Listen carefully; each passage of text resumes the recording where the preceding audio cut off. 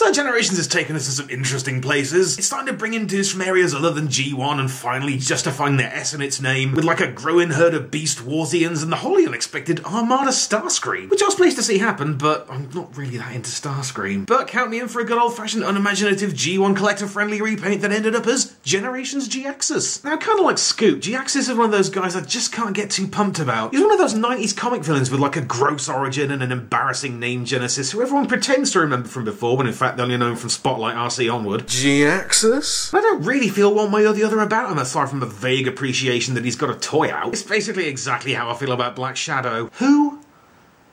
Well, alright, come on over. Why not? So Jhiaxus seems a fairly flamboyant Deceptor gangster. He's far from a beefcake and he's actually kind of slender in terms of plastic mass. But somehow he really owns his space with his Mindwiper-like power pecs and the tender tum-tum with lapis lazuli-like cockpit. The wings give him a sort of operatic je ne sais quoi. But can I maybe get a paint app up in here? Head's a right horror show with a face like a tormented wailing Dracula. With like a me last year beard and seeker ears. Seek ears? Arms are a bit regular decaf, but they're brought to life by the extravagantly overwrought shoulder tilt and the Powerlinks pimples. And the legs are actually pretty goddamn legendary, with these jet black pizza slices looking nicely nasty. And the ankle tilts are mental, so you can manage a mean power slide or flying Shao Kahn kneetality. In the kit bag, then Jhiaxus plays it a bit safe with some of the boringest guns ever, with the 3mm clips like they're bringing 2010 back. And brace yourself for the over-the-shoulder Armageddon cannons, with the missiles that seem to say, "Warning, we are a horrible pain in the ass." So I was a bit worried I'd go cold on this guy like I did with Darkmount, who for me was a gut punch of frustration and apathy. But I think Jhiaxus is bringing enough of the thrilling 30 fun factor to keep me on side. Straxus? Jhiaxus. He's like a pantomime vampire and oh my god, what is he wearing? This has got to be the most grinningly, me-overwinningly bizarre colour I've ever seen on a robot. It's somewhere between a glowing orange and a neon salmon. It pops super hard against the stoic grey detailing. And under a black light, it just goes apeshit.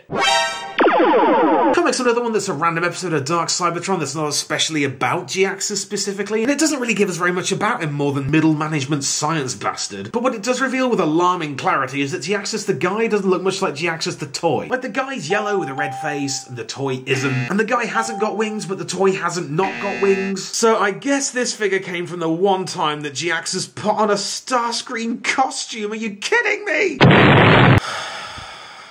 Whatever you gotta do, man.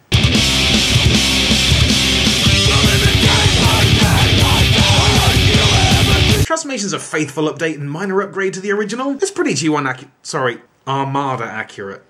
That doesn't feel right. So I imagine there's a jet mode in there somewhere. If nothing else, I guess it's a little more streamlined than its Armada's stepdad. Like the arms are at least a little bit more subtle now and it finds room for some subatomic landing gear. But the deluxe dimensions don't really let this thing swing with its full weight. It just seems claustrophobically cluttered with the cannons dominating the whole show and the cockpit sticking out like some stupid duck. It's far from dreadful, but I imagine it would have got on better as a larger lady. All told then, I really don't know if I'd recommend Jhiaxus. I guess the robot mode's cool and it is kind of nice that we now have a modern era Jhiaxus figure. I mean, I do like him, but I like him how I like a semi-decent opening band. I wouldn't necessarily call myself a fan, but he has got some pretty solid tunes. I'd probably dig his set enough to get a baseball cap or a CD, but like the older, cheaper CD. Later, Tater.